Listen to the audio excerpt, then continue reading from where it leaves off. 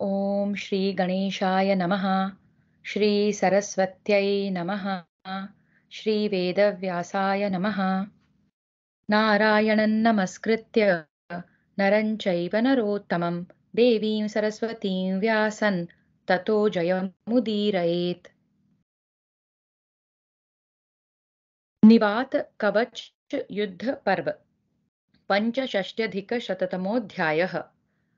अर्जुन का गंधमादन पर्वत पर आकर अपने भाइयों से मिलना। वैशंपायन उवाच। वैशंपायन जी कहते हैं, जन्मेजय, तदनंतर किसी समय हरे रंग के घोड़ों से जुता हुआ देवराज इंद्र का रथ सहसा आकाश में प्रकट हुआ, मानो बिजली चमक उठी हो। उसे देखकर अर्जुन का चिंतन करते हुए महारथी पांडवों को बड़ा हर्ष हुआ। उस रथ का संचालन मातली कर रहे थे। वह दीप्तिमान रथ सहसा अंतरिक्ष लोक को प्रकाशित करता हुआ इस प्रकार सुशोभित होने लगा, मानो बादलों के भीतर बड़ी भारी उल्का प्रकट हुई हो अथवा अग्नि की धूम रहित ज्वाला प्रज्वलित हो उठी हो। उस दिव्य रथ पर बैठे हुए किरीटधारी अर्जुन स्पष्ट दिखाई देने लगे। उनके कंठ में दिव्य हार शोभा पा रहा था और उन्होंने स्वर्ग लोक के नूतन आभूषण धारण कर रखे थे। उस समय धनंजय का प्रभाव वज्रधारी इंद्र के समान जान पड़ता था।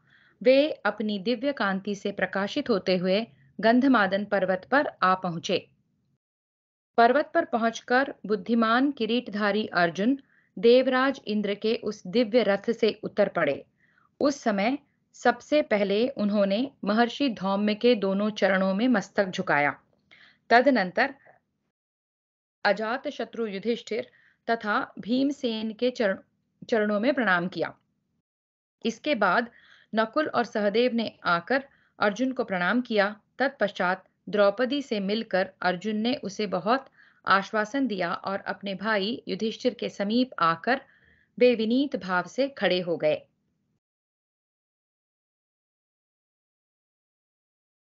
अप्रमेय वीरवर अर्जुन से मिलकर सब पांडवों को बड़ा हर्ष हुआ। अर्जुन भी उन सब से मिलकर बड़े प्रसन्न हुए तथा राजा युधिष्ठिर की भूरी भूरी प्रशंसा करने लगे। नमु नमुची नाश नमुची नाशक इंद्र ने, ये इंद्र के लिए संबोधन है, नमुची नाशक इंद्र ने जिस पर बैठकर दैत्यों के 7 यूथों का संहार किया था, उस इंद्र रथ के समीप जाकर उदार हृदय वाले कुंती पुत्रों ने उसकी परिक्रमा की।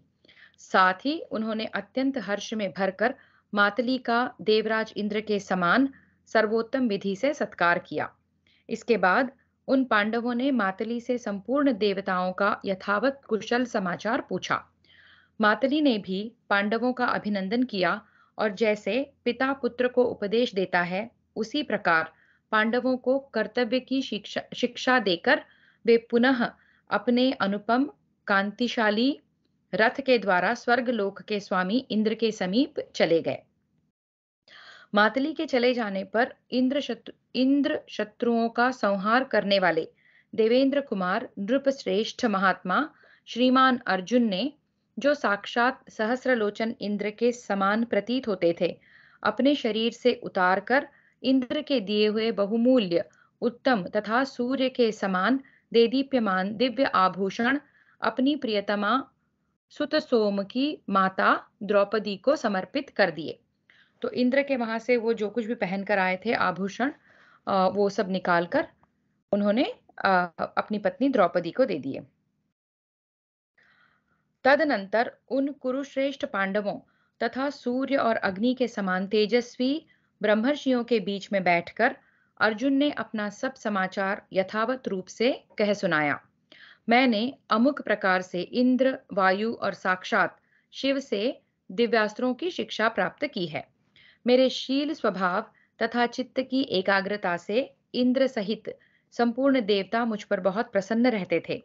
निर्दोष कर्म करने वाले अर्जुन ने अपने स्वर्गीय प्रवास का सब समाचार उन सबको संक्षेप से बताकर नकुल सहदेव के साथ निश्चिंत होकर उस आश्रम में शयन किया। इस प्रकार श्री महाभारत वन पर्व के अंतर्गत निवात कवच युद्ध पर्व में अर्जुन समागम विषयक 165वां अध्याय पूरा हुआ।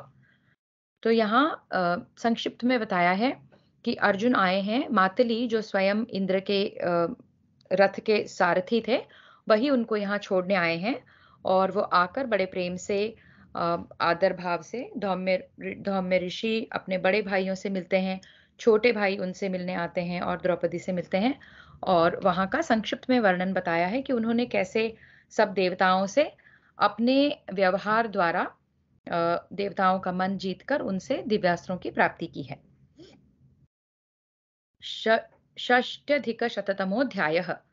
इंद्र का पांडवों के पास आना और युधिष्ठिर को सांत्वना देकर स्वर्ग को लौटना। वैशंपायन उवाच। वैशंपायन जी कहते हैं, जन्मेजय, तदनंतर रात बीतने पर प्रातः काल उठकर समस्त भाइयों सहित अर्जुन ने धर्मराज युधिष्ठिर को प्रणाम किया। इसी समय अंतरिक्ष में देवताओं के संपूर्ण वाद्यों की तुमुल ध्वनि गूंज उठी। भारत, रथ के पहियों की घरघराहट, घंटानाद तथा सर्प, मृग एवं पक्षियों के कोलाहल सब ओर पृथक पृथक सुनाई दे रहे थे। पांडवों ने प्रसन्नता पूर्वक उस ध्वनि की ओर आंख उठाकर देखा तो उन्हें देवराज इंद्र दृष्टिगोचर हुए, जो संपूर्ण मरुदगण आदि देवताओं के साथ आकाश मार्ग से आ रहे थे। गंधर्वों और अप्सराओं के समूह सूर्य के समान तेजस्वी विमानों द्वारा शत्रु दमन देवराज को चारों ओर से घेर कर उन्हीं के पथ का अनुसरण कर रहे थे।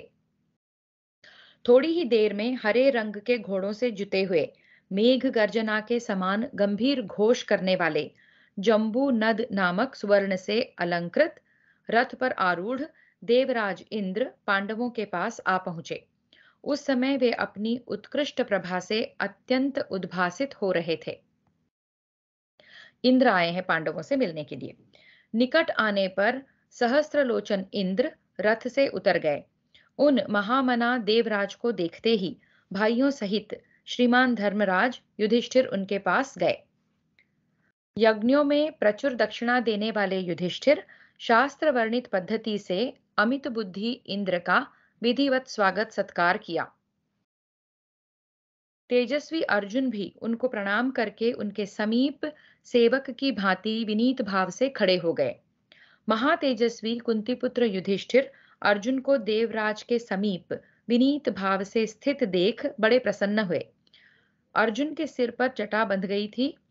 वे देवराज के आदेश के अनुसार तपस्या में लगे रहते थे, अतः सर्वथा निष्पाप हो गए थे। अर्जुन को देखने से उन्हें महान हर्ष हुआ था, अतः देवराज का पूजन करके वे बड़े प्रसन्न हुए। उदार चित्त राजा युधिष्ठिर को इस प्रकार हर्ष में मग्न देखकर परम बुद्धिमान देवराज इंद्र ने कहा, पांडुनंदन, तुम इस पृथ्वी का शासन करोगे। कुंती कुमार, अब तुम पुनः काम्यक वन के कल्याणकारी आश्रम में चले जाओ। राजन, पांडुनंदन अर्जुन ने एकाग्र चित्त होकर मुझसे संपूर्ण दिव्यास्त्र प्राप्त कर लिए हैं। साथ ही उन्होंने मेरा बड़ा प्रिय कार्य संपन्न किया है। तीनों लोकों के समस्त प्राणी इन्हें युद्ध में परास्त नहीं कर सकते। कुंती नंदन युधिष्ठिर से ऐसा कहकर इंद्र महर्षियों के मुख से अपनी स्तुति सुनते हुए सानंद स्वर्गलोक को चले गए। धनाध्यक्ष कुबेर के घर में टिके हुए पांडवों का जो इंद्र के साथ समागम हुआ था, उस प्रसंग को जो विद्वान एकाग्र चित्त होकर प्रतिदिन पढ़ता है और संयम नियम से रहकर कठोर व्रत का आश्रय ले 1 वर्ष तक ब्रह्मचर्य का पालन करता है, वह सब प्रकार की बाधाओं से रहित हो 100 वर्षों तक सुखपूर्वक जीवन धारण करता है। इस प्रकार श्री महाभारत वन पर्व के अंतर्गत निवात कवच युद्ध पर्व में इंद्रागमन विषयक 166वां अध्याय पूरा हुआ। तो यहाँ इंद्र स्वयं जो है पांडवों से मिलने आए हैं और उन्होंने पांडवों को सांत्वना दी है कि अर्जुन सब प्रकार से जो है ट्रेन हो चुके हैं, अब दिव्यास्त्र है उनके पास और वो तीनों लोकों में सबको हरा सकते हैं। और आपको जो है, आप पांडवों को जो है, आप कुबेर के निवास स्थान से पुनः काम्यक ऋषि के आश्रम में चले जाना चाहिए। ये बोलकर इंद्र चले जाते हैं यहाँ से वापस स्वर्गलोक को। सप्तषष्ट्यधिकशततमोऽध्यायः।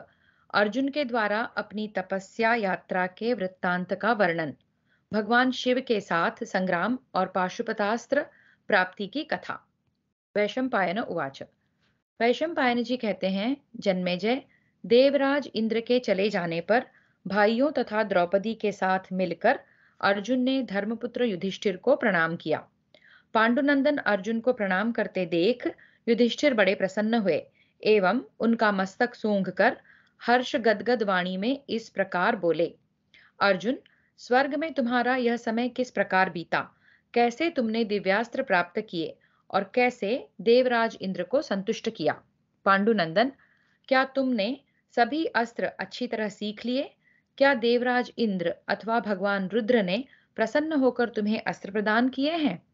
शत्रुदमन, तुमने जिस प्रकार देवराज इंद्र का दर्शन किया है तथा जैसे पिनाकधारी भगवान शिव को देखा है, जिस प्रकार तुमने सब अस्त्रों की शिक्षा प्राप्त की है और जैसे तुम्हारे द्वारा देव आराधना का कार्य संपादित हुआ है, वह सब बताओ। भगवान इंद्र ने अभी अभी कहा था कि अर्जुन ने मेरा अत्यंत प्रिय कार्य संपन्न किया है, सो वह उनका कौन सा प्रिय कार्य था जिसे तुमने संपन्न किया है? महातेजस्वी वीर, मैं ये सब बातें विस्तार पूर्वक सुनना चाहता हूँ। शत्रुओं का दमन करने वाले निष्पाप अर्जुन, जिस प्रकार तुम्हारे ऊपर महादेव जी तथा देवराज इंद्र संतुष्ट हुए और वज्रधारी इंद्र का जो प्रिय कार्य तुमने संपन्न किया है, वह सब पूर्ण रूप से बताओ। अर्जुन उवाच। अर्जुन बोले, महाराज, मैंने जिस विधि से देवराज इंद्र तथा भगवान शंकर का दर्शन किया था, वह सब बतलाता हूँ, सुनिए।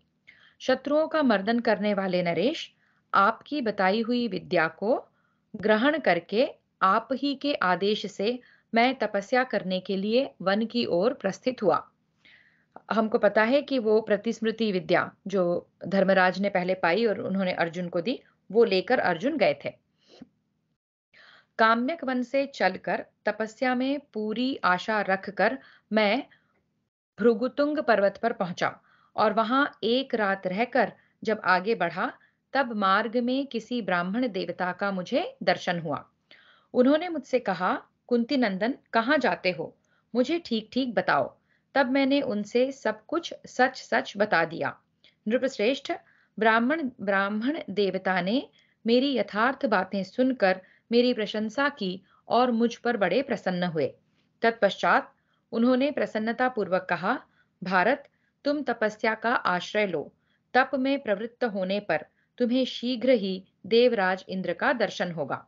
महाराज, उनके इस आदेश को मानकर मैं हिमालय पर्वत पर आरूढ़ हो तपस्या में संलग्न हो गया और 1 मास तक केवल फल फूल खाकर रहा।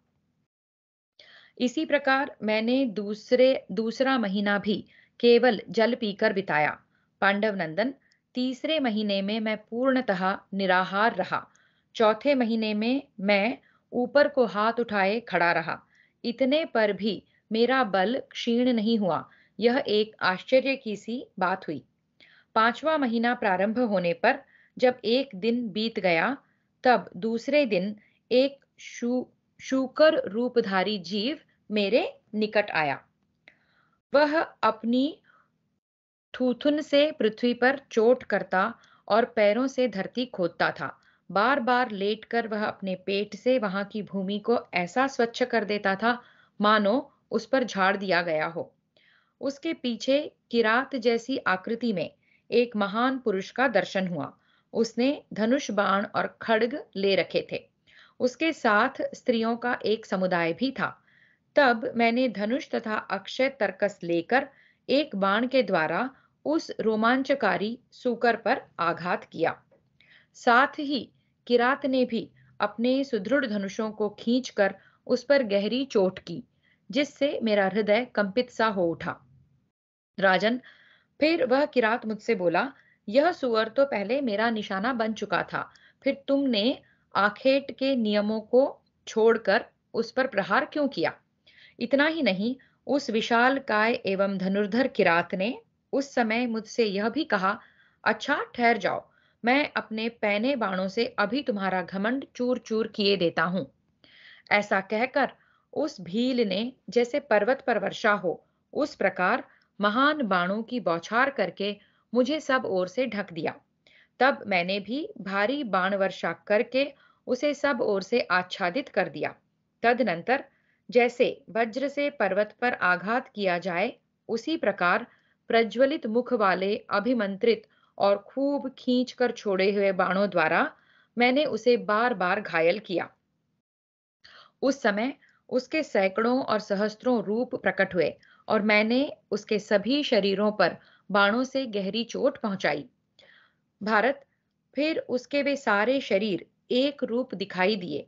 महाराज, उस एक रूप में भी मैंने उसे पुनः अच्छी तरह घायल किया। कभी उसका शरीर तो बहुत छोटा हो जाता, परंतु मस्तक बहुत बड़ा दिखाई देता था।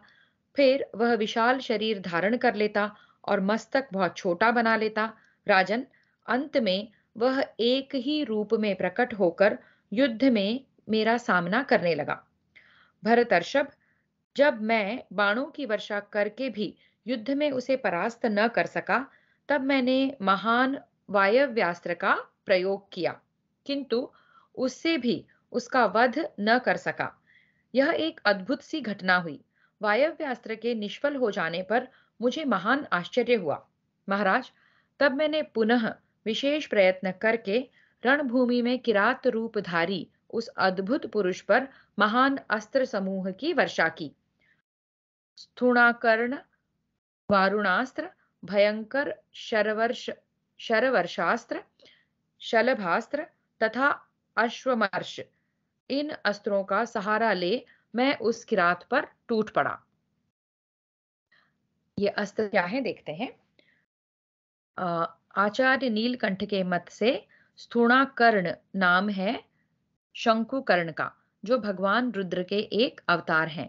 वे जिस अस्त्र के देवता हैं उसका नाम भी स्थूणाकर्ण है। दूसरा है, मूल में जाल शब्द आया है जिसका अर्थ है जाल संबंधी। इस जलवर्षक अस्त्र की ही यह जलवर्षक अस्त्र ही वारुणास्त्र है। फिर है, जैसे बादल पानी की वर्षा करता है उसी प्रकार निरंतर बाण वर्षा करने वाला अस्त्र शरवर्ष कहलाता है। चौथा अस्त्र है, जैसे असंख्य टिड्डियां आकाश में मंडराती और पौधों पर टूट पड़ती हैं, उसी प्रकार जिस अस्त्र से असंख्य बाण आकाश को आच्छादित करते और शत्रुओं को अपना लक्ष्य बनाते हैं, उसी का नाम है शलभास्त्र। और आखिरी वाला है, पत्थरों की वर्षा करने वाले अस्त्र को अश्म वर्ष कहते हैं। तो ये 5 तरह के अस्त्र फिर अर्जुन ने चलाए। स्थूणाकर्ण, वारुणास्त्र, भयंकर शरवर्षास्त्र, शलभास्त्र तथा अश्मवर्ष, इन अस्त्रों का सहारा ले मैं उस किरात पर टूट पड़ा। राजन, उसने मेरे उन सभी अस्त्रों को बलपूर्वक अपना ग्रास बना लिया। उन सबके भक्षण कर लिए जाने पर मैंने महान ब्रह्मास्त्र का प्रयोग किया। तब प्रज्वलित बाणों द्वारा वह अस्त्र सब ओर बढ़ने लगा। मेरे महान अस्त्र से बढ़ने की प्रेरणा पाकर वह ब्रह्मास्त्र अधिक वेग से बढ़ चला। तदनंतर मेरे द्वारा प्रकट किए हुए ब्रह्मास्त्र के तेज से वहां के सब लोग संतुप्त हो उठे। एक ही क्षण में संपूर्ण दिशाएं, आकाश सब ओर से आग की लपटों से उद्दीप्त हो उठे। परंतु उस महान तेजस्वी वीर ने क्षण भर में ही मेरे उस ब्रह्मास्त्र को भी शांत कर दिया। राजन, उस ब्रह्मास्त्र के नष्ट होने पर मेरे मन में महान भय समा गया। तब मैं धनुष और दोनों अक्षय तरकस लेकर सहसा उस दिव्य पुरुष पर आघात करने लगा, किंतु उसने उन सब को भी अपना आहार बना लिया। जब मेरे सारे अस्त्र शस्त्र नष्ट होकर उसके आहार बन गए, तब मेरा उस अलौकिक प्राणी के साथ मल्ल युद्ध प्रारंभ हो गया। पहले मुक्कों और थप्पड़ों से मैंने उससे टक्कर लेने की चेष्टा की, परंतु उस पर मेरा कोई वश नहीं चला और मैं निश्चेष्ट होकर पृथ्वी पर गिर पड़ा। महाराज, तब वह अलौकिक प्राणी हंसकर मेरे देखते देखते स्त्रियों सहित वहीं अंतर्धान हो गया। राजन, वास्तव में वे भगवान शंकर थे। उन्होंने पूर्वोक्त बर्ताव करके दूसरा रूप धारण कर लिया।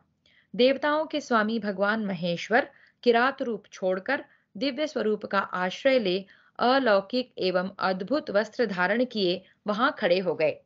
इस प्रकार उमा सहित साक्षात भगवान वृषभ ध्वज का दर्शन हुआ। उन्होंने अपने अंगों में सर्प और हाथों में पिनाक धारण कर रखे थे।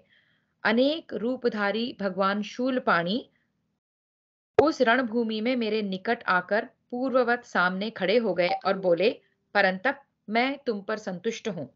तदनंतर मेरे धनुष और अक्षय बाणों से भरे हुए दोनों तरकस लेकर भगवान शिव ने मुझे ही दे दिए और कहा, परंतप, ये अपने अस्त्र ग्रहण करो। कुंती कुमार, मैं तुमसे संतुष्ट हूं। बोलो, तुम्हारा कौन सा कार्य सिद्ध हुआ? वीर, तुम्हारे मन में जो कामना हो बताओ, मैं उसे पूर्ण कर दूंगा। अमरत्व को छोड़कर और तुम्हारे मन में जो भी कामना हो बताओ। अमरत्व को छोड़कर तुम्हारे मन में जो भी कामना हो बताओ। मेरा मन तो अस्त्र शस्त्रों में लगा हुआ था। उस समय मैंने हाथ जोड़कर मन ही मन भगवान शंकर को प्रणाम किया और यह बात कही, यदि मुझ पर भगवान प्रसन्न हैं तो मेरा मनोवांछित वर इस प्रकार है। देवताओं के पास जो कोई भी दिव्यास्त्र हैं, उन्हें मैं जानना चाहता हूँ। यह सुनकर भगवान शंकर ने मुझसे कहा, पांडुनंदन, मैं तुम्हें संपूर्ण दिव्यास्त्रों की प्राप्ति का वर देता हूँ। पांडुकुमार, मेरा रौद्रास्त्र स्वयं तुम्हें प्राप्त हो जाएगा। यह कहकर भगवान पशुपति ने बड़ी प्रसन्नता के साथ मुझे अपना महान पाशुपतास्त्र प्रदान किया। अपना सनातन अस्त्र मुझे देकर महादेव जी फिर बोले, तुम्हें मनुष्यों पर किसी प्रकार इस अस्त्र का प्रयोग नहीं करना चाहिए। अपने से अल्प शक्ति वाले विपक्षी पर यदि इसका प्रहार किया जाए तो यह संपूर्ण विश्व को दग्ध कर देगा। धनंजय, जब शत्रु के द्वारा अपने को बहुत पीड़ा प्राप्त होने लगे, उस दशा में आत्मरक्षा के लिए इसका प्रयोग करना चाहिए। शत्रु के अस्त्रों का विनाश करने के लिए सर्वथा इसका प्रयोग उचित है। इस प्रकार भगवान वृषभध्वज के प्रसन्न होने पर संपूर्ण अस्त्रों का निवारण करने वाला और कहीं भी कुंठित न होने वाला दिव्य पाशुपतास्त्र मूर्तिमान हो मेरे पास आकर खड़ा हो गया। वह शत्रुओं का संहारक और विपक्षियों की सेना का विध्वंसक है। उसकी प्राप्ति बहुत कठिन है। देवता, दानव तथा राक्षस किसी के लिए भी उसका वेग सहन करना अत्यंत कठिन है। फिर भगवान शिव की आज्ञा होने पर मैं वहीं बैठ गया और वे मेरे देखते देखते अंतर्धान हो गए। इस प्रकार श्री महाभारत वन पर्व के अंतर्गत निवात कवच युद्ध पर्व में गंधमादन निवास कालिक युधिष्ठिर अर्जुन संवाद विषयक 167वां अध्याय पूरा हुआ। तो ये कथा हम जानते थे। जब ये प्रसंग होता है तब भी हमने ये कथा पढ़ी है। अब जो है अर्जुन धर्मराज के पूछने पर उन्हें सुना रहे हैं। अष्टषष्ट्यधिकशततमोऽध्यायः। अर्जुन द्वारा स्वर्गलोक में अपनी अस्त्र शिक्षा और निवात कवच दानवों के साथ युद्ध की तैयारी का कथन। अर्जुन उवाच। अर्जुन कहते हैं, भारत, देवाधिदेव परमात्मा भगवान त्रिलोचन के कृपा प्रसाद से मैंने प्रसन्नता पूर्वक वह रात वहीं व्यतीत की। सबेरा होने पर पूर्वान्न काल की क्रिया पूरी करके मैंने पुनः उन्हीं श्रेष्ठ ब्राह्मणों को अपने समक्ष पाया जिनका दर्शन मुझे पहले भी हो चुका था। भरत कुलभूषण, उनसे मैंने अपना सारा वृत्तांत यथावत कह सुनाया और बताया कि मैं भगवान महादेव जी से मिल चुका हूँ। राजेंद्र, तब वे विप्रवर बड़े प्रसन्न होकर मुझसे बोले, कुंती कुमार, जिस प्रकार तुमने महादेव जी का दर्शन किया है वैसा दर्शन और किसी ने नहीं किया है। अनघ, अब तुम यम आदि लोकपालों के साथ देवराज इंद्र का दर्शन करोगे और वे भी तुम्हें अस्त्र प्रदान करेंगे। राजन, ऐसा कहकर सूर्य के समान तेजस्वी ब्राह्मण देवता ने मुझे बार बार हृदय से लगाया और फिर वे इच्छानुसार अपने अभीष्ट स्थान को चले गए। शत्रु विजयी नरेश, तदनंतर जब वह दिन ढलने लगा, तब पुनः इस जगत में नूतन जीवन का संचार सा करती हुई पवित्र वायु चलने लगी और उस हिमालय के पार्श्ववर्ती प्रदेश में दिव्य, नवीन और सुगंधित पुष्पों की वर्षा होने लगी। चारों ओर अत्यंत भयंकर प्रतीत होने वाले दिव्य वाद्यों और इंद्र संबंधी स्तोत्रों के मनोहर शब्द सुनाई देने लगे। सब गंधर्वों और अप्सराओं के समूह वहां देवराज इंद्र के आगे रहकर गीत गा रहे थे। देवताओं के अनेक गण भी दिव्य विमानों पर बैठकर वहां आए थे। जो महेंद्र के सेवक थे और जो इंद्र भवन में ही निवास करते थे, वे भी वहां पधारे। तदनंतर थोड़ी ही देर में विविध आभूषणों से विभूषित हरे रंग के घोड़ों से जुते हुए एक सुंदर रथ के द्वारा शची शची सहित इंद्र ने संपूर्ण देवताओं के साथ वहां पदार्पण किया। राजन, इसी समय सर्वोत्कृष्ट ऐश्वर्य लक्ष्मी से संपन्न नरवाहन कुबेर ने भी मुझे दर्शन दिया। दक्षिण दिशा की ओर दृष्टिपात करने पर मुझे साक्षात यमराज खड़े दिखाई दिए। वरुण और देवराज इंद्र भी क्रमशः पश्चिम और पूर्व दिशा में यथास्थान खड़े हो गए। महाराज नरश्रेष्ठ, उन सब लोकपालों ने मुझे सांत्वना देकर कहा, सव्यसाची अर्जुन, देखो हम सब लोकपाल यहाँ खड़े हैं। देवताओं के कार्य की सिद्धि के लिए ही तुम्हें भगवान शंकर का दर्शन प्राप्त हुआ था। अब तुम चारों ओर घूमकर हम लोगों से भी दिव्यास्त्र ग्रहण करो। प्रभो, तब मैंने एकाग्र चित्त हो उन उत्तम देवताओं को प्रणाम करके उन सब से विधि पूर्वक महान दिव्यास्त्र प्राप्त किए। भारत, जब मैं अस्त्र ग्रहण कर चुका, तब देवताओं ने मुझे जाने की आज्ञा दी। शत्रु दमन, तदनंतर सब देवता जैसे आए थे वैसे अपने अपने स्थान को चले गए। देवेश्वर भगवान इंद्र ने भी अपने अत्यंत प्रकाशपूर्ण रथ पर आरूढ़ हो मुझसे कहा, अर्जुन, तुम्हें स्वर्ग लोक की यात्रा करनी होगी। भरत श्रेष्ठ धनंजय, यहाँ आने से पहले ही तुझे मुझे सॉरी यहाँ आने से पहले ही मुझे तुम्हारे विषय में सब कुछ ज्ञात हो गया था। इसके बाद मैंने तुम्हें दर्शन दिया है। पांडुनंदन, तुमने पहले अनेक बार बहुत से तीर्थों में स्नान किया है और इस समय इस महान तप का भी अनुष्ठान कर लिया है। अतः तुम स्वर्ग लोक में सशरीर जाने के अधिकारी हो गए हो। शत्रुसूदन, अभी तुम्हें और भी उत्तम तपस्या करनी है और स्वर्ग लोक में अवश्य पदार्पण करना है। मेरी आज्ञा से मातली तुम्हें स्वर्ग में पहुंचा देगा। पांडव श्रेष्ठ, यहाँ रहकर जो तुम अत्यंत दुष्कर तप कर रहे हो, इसके कारण देवताओं, महात्मा मुनियों में तुम्हारी ख्याति बढ़ गई है। तब मैंने देवराज इंद्र से कहा, भगवन, आप मुझ पर प्रसन्न होइए। देवेश्वर, मैं अस्त्र विद्या की प्राप्ति के लिए आपको अपना आचार्य बनाता हूँ। इंद्र उवाच, इंद्र ने कहा, परंतप तात अर्जुन, दिव्य अस्त्र शस्त्रों का ज्ञान प्राप्त कर लेने पर तुम भयंकर कर्म करने लगोगे। अतः पांडुनंदन, मेरी इच्छा है कि तुम जिसके लिए अस्त्रों की शिक्षा प्राप्त करना चाहते हो, तुम्हारा वह उद्देश्य पूर्ण हो। यह सुनकर मैंने उत्तर दिया, शत्रुघाती देवेश्वर, मैं शत्रुओं द्वारा प्रयुक्त दिव्यास्त्रों का निवारण करने के सिवा अन्य किसी अवसर पर मनुष्यों के ऊपर दिव्यास्त्रों का प्रयोग नहीं करूंगा। देवराज सुरश्रेष्ठ, आप मुझे वे दिव्य अस्त्र प्रदान करें। अस्त्र विद्या सीखने के पश्चात मैं उन्हीं अस्त्रों के द्वारा जीते हुए लोकों पर अधिकार प्राप्त करना चाहता हूँ। इंद्र उवाच, इंद्र बोले, धनंजय, मैंने तुम्हारी परीक्षा लेने के लिए उपर्युक्त बात कही थी। तुमने जो अस्त्र विद्या के प्रति अत्यंत उत्सुकता प्रकट की है, वह तुम्हारे जैसे मेरे पुत्र के अनुरूप ही है। भारत, तुम मेरे भवन में चलकर संपूर्ण अस्त्रों की शिक्षा प्राप्त करो। कुरुश्रेष्ठ, वायु, अग्नि, वसु, वरुण, मरुदगण, साध्यगण, ब्रह्मा, गंधर्वगण, नाग, राक्षस, विष्णु तथा नैऋति के और स्वयं मेरे भी संपूर्ण अस्त्रों का ज्ञान प्राप्त करो। मुझसे ऐसा कहकर इंद्र वहीं अंतर्धान हो गए। तदनंतर थोड़ी ही देर में मुझे हरे रंग के घोड़ों से जुता हुआ देवराज इंद्र का रथ वहां उपस्थित दिखाई दिया। राजन, वह दिव्य मायामय पवित्र रथ मातली के द्वारा नियंत्रित था। जब सभी लोकपाल चले गए, तब मातली ने मुझसे कहा, महातेजस्वी वीर, देवराज इंद्र तुमसे मिलना चाहते हैं।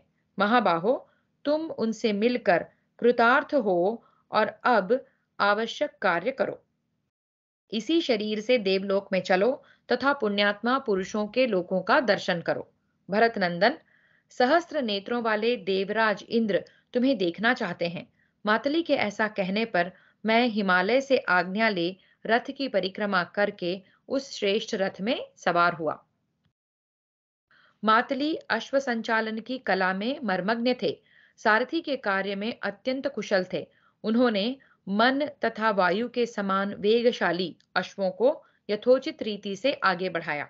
राजन, उस समय देवसारथी मातली ने आकाश में चक्कर लगाते हुए रथ पर स्थिरता पूर्वक बैठे हुए मेरे मुख की ओर दृष्टिपात किया और आश्चर्यचकित होकर कहा, भरत श्रेष्ठ, आज मुझे यह बड़ी विचित्र और अद्भुत बात दिखाई दे रही है कि इस दिव्य रथ पर बैठकर तुम अपने स्थान से तनिक भी हिल डुल नहीं रहे हो।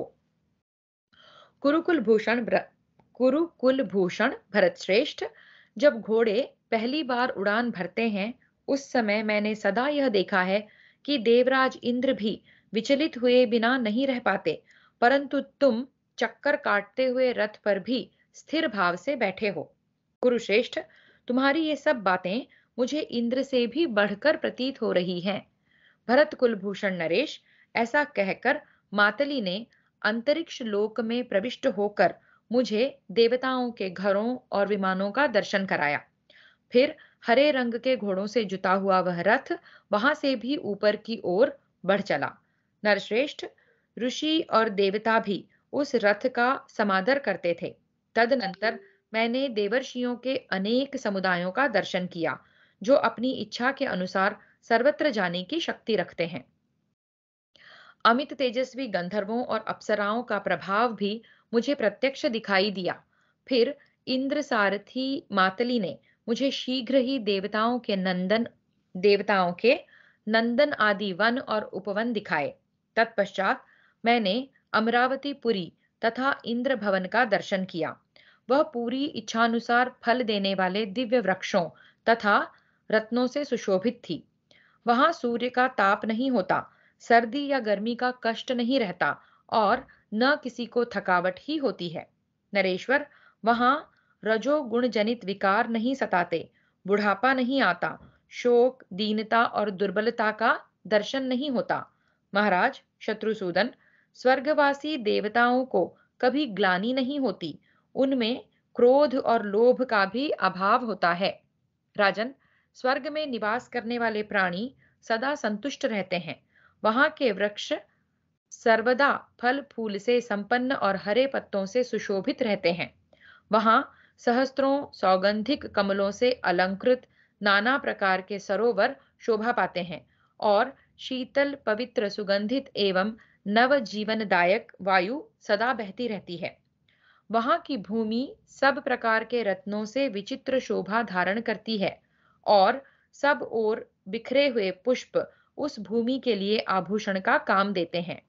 स्वर्गलोक में बहुत से मनोहर पशु और पक्षी देखे जाते हैं, जिनकी बोली बड़ी मधुर प्रतीत होती है।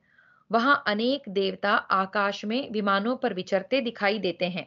तदनंतर मुझे वसु, रुद्र, साध्य, मरुदगण, आदित्य और अश्विनी कुमारों के दर्शन हुए। मैंने उन सब के आगे मस्तक झुकाकर उनका सम्मान किया।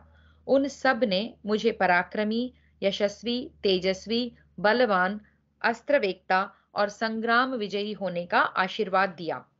तत्पश्चात देव गंधर्व पूजित दिव्य अमरावती पुरी में प्रवेश करके मैंने हाथ जोड़कर सहस्त्र नेत्रों वाले देवराज इंद्र को प्रणाम किया।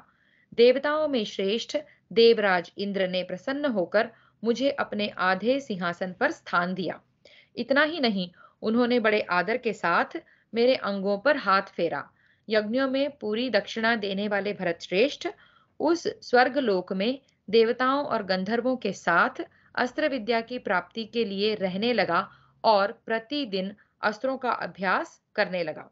उस समय गंधर्वराज विश्वावसु के पुत्र चित्रसेन के साथ मेरी मैत्री हो गई थी। नरेश्वर, उन्होंने मुझे संपूर्ण गांधर्व वेद यानी कि संगीत विद्या का अध्ययन कराया। राजन, वहां इंद्र भवन में अस्त्र शस्त्रों की शिक्षा ग्रहण करते हुए मैं बड़े सम्मान और सुख से रहने लगा।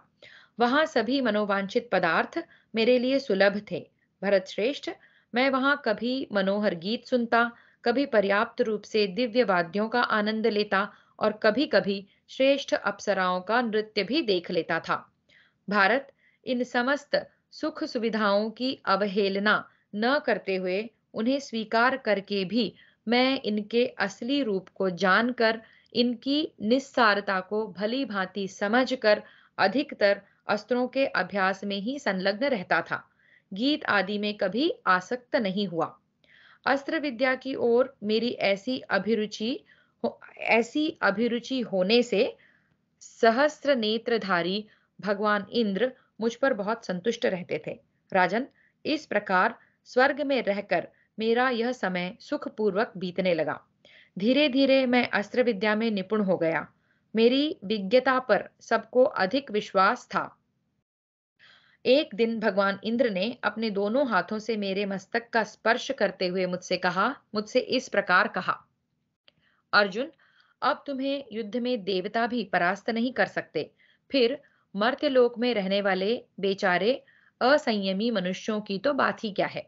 तुम युद्ध में अप्रमेय, अजेय, अनुपम हो। संग्राम भूमि में संपूर्ण देवता और असुर भी तुम्हें पराजित नहीं कर सकते। इतना कहते कहते देवराज के शरीर में रोमांच हो आया। तदनंतर वे फिर बोले, वीर, अस्त्र अस्त्र युद्ध में तुम्हारा सामना कर सके ऐसा कोई योद्धा नहीं होगा। कुरुश्रेष्ठ, तुम सर्वदा सावधान रहते हो, प्रत्येक कार्य में कुशल हो, जितेंद्रिय, सत्यवादी और ब्राह्मण भक्त हो। तुम्हें अस्त्र शस्त्रों का ज्ञान है और तुम अद्भुत शौर्य से संपन्न हो। पार्थ, तुमने 5 विधियों सहित 15 अस्त्र प्राप्त किए हैं। अतः इस भूतल पर तुम्हारे जैसा शूर दूसरा कोई नहीं है। परंतप धनंजय, प्रयोग, उपसंहार, आवृत्ति, प्रायश्चित्त और प्रतिघात, ये अस्त्रों की 5 विधियां हैं। तुम इन सब का पूर्ण ज्ञान प्राप्त कर चुके हो। अतः अब गुरु दक्षिणा देने का समय आ गया है। प्रायश्चित्त और प्रतिघात के बारे में क्या दिया है देखते हैं। प्रायश्चित्त है, निर्दोष प्राणी का वध हो जाए तो उसे पुनः संजीवित करने की विद्या को प्रायश्चित्त कहते हैं। और प्रतिघात है, शस्त्र के अस्त्र से पराभव को प्राप्त हुए अपने अस्त्र को पुनः शक्तिशाली बनाना प्रतिघात कहलाता है। तो ये सारी विद्याएं अर्जुन सीख चुके थे और अब इंद्र उनसे कुछ गुरु दक्षिणा की बात कर रहे हैं, देखते हैं क्या। अतः अब गुरु दक्षिणा देने का समय आ गया है। तुम उसे देने की प्रतिज्ञा करो तब मैं अपने महान कार्य को तुम्हें बताऊंगा। राजन, यह सुनकर मैंने देवराज से कहा, भगवन, जो कुछ मैं कर सकता हूं उसे किया हुआ ही समझिए। नरेश्वर, तब बल और वृत्रासुर के शत्रु इंद्र ने मुझसे हंसते हुए कहा, वीरवर, तीनों लोकों में ऐसा कोई कार्य नहीं है जो तुम्हारे लिए असाध्य हो। नवात कवच नामक दानव मेरे शत्रु हैं। वे समुद्र के भीतर दुर्गम स्थान का आश्रय लेकर रहते हैं। उनकी संख्या 3 करोड़ बताई जाती है और उन सभी के रूप, बल और तेज एक समान है। कुंती नंदन, तुम उन दानवों का संहार कर डालो। इतने से ही तुम्हारी गुरुदक्षिणा पूरी हो जाएगी। ऐसा कहकर इंद्र ने मुझे एक अत्यंत कांतिमान दिव्य रथ प्रदान किया, जिसे मातली जोत कर लाए थे। उसमें मयूरों के समान रोम वाले घोड़े जुते जुते हुए थे। उसमें मयूरों के समान रोम वाले घोड़े जुते हुए थे, मतलब मोर पंखों जैसे पंख वाले घोड़े। रथ आ जाने पर देवराज ने यह उत्तम किरीट मेरे मस्तक पर बांध दिया। फिर उन्होंने मेरे स्वरूप के अनुरूप प्रत्येक अंग में आभूषण पहना दिए। इसके बाद यह अभेद्य उत्तम कवच धारण कराया, जिसका स्पर्श तथा रूप मनोहर है। तत्पश्चात मेरे गांडीव धनुष में उन्होंने यह अटूट प्रत्यंचा जोड़ दी। इस प्रकार युद्ध की सामग्रियों से संपन्न होकर उस तेजस्वी रथ के द्वारा मैं संग्राम के लिए प्रस्थित हुआ, जिस पर आरूढ़ होकर पूर्व काल में देवराज ने विरोचन कुमार बलि को परास्त किया था। महाराज, तब उस रथ की घरघराहट से सजग हो सब देवता मुझे देवराज समझकर मेरे पास आए और मुझे देखकर पूछने लगे, अर्जुन, तुम क्या करने की तैयारी में हो? तब मैंने उनसे सब बातें बताकर कहा, मैं युद्ध में यही करने जा रहा हूँ। मैं युद्ध में यही करने जा रहा हूँ। आपको यह ज्ञात होना चाहिए कि मैं निवात कवच नामक दानवों के विधि की इच्छा से प्रस्थित हुआ हूँ। अतः निष्पाप एवं महाभाग देवताओं, आप मुझे ऐसा आशीर्वाद दें जिससे मेरा मंगल हो। राजन, तब वे देवता लोग प्रसन्न हो देवराज इंद्र की भांति श्रेष्ठ एवं मधुर वाणी द्वारा मेरी स्तुति करते हुए बोले, इस रथ के द्वारा इंद्र ने युद्ध में शंबरासुर पर विजय पाई है। नमूची, बल, वृत्र, प्रहलाद और नरकासुर को परास्त किया है। इनके सिवा अन्य बहुत से दैत्यों को भी इस रथ के द्वारा पराजित किया है, जिनकी संख्या सहस्त्रों, लाखों और अरबों तक पहुंच गई है। कुंती नंदन, जैसे पूर्व काल में सबको वश में करने वाले इंद्र ने असुरों पर विजय पाई थी, उसी प्रकार तुम भी इस रथ के द्वारा युद्ध में पराक्रम करके निवात कवचों को परास्त करोगे। यह श्रेष्ठ शंख है, जिसे बजाने से तुम्हें दानवों पर विजय प्राप्त हो सकती है। महामना महामना इंद्र ने भी इसके द्वारा संपूर्ण लोकों पर विजय पाई है। वही यह शंख है जिसे मैंने अपनी विजय के लिए ग्रहण किया था। देवताओं ने उसे दिया था, इसलिए इसका नाम देवदत्त है। अर्जुन के शंख का नाम देवदत्त है ना, गीता में भी आता है ये नाम। तो वही यह शंख है जिसे मैंने अपनी विजय के लिए ग्रहण किया था। देवताओं ने उसे दिया था, इसलिए इसका नाम देवदत्त है। शंख लेकर देवताओं के मुख से अपनी स्तुति सुनता हुआ मैं कवच, बाण और धनुष से सज्जित हो युद्ध की इच्छा से अत्यंत भयंकर दानवों के नगर की ओर चल दिया। इस प्रकार श्री महाभारत वन पर्व के अंतर्गत अर्जुन वाक्य विषयक 168वां अध्याय पूरा हुआ। तो यहाँ अर्जुन फिर से अपने सब स्वर्ग में रहने के जो उनके अनुभव थे उनका वर्णन कर रहे हैं युधिष्ठिर को। हरि ओम।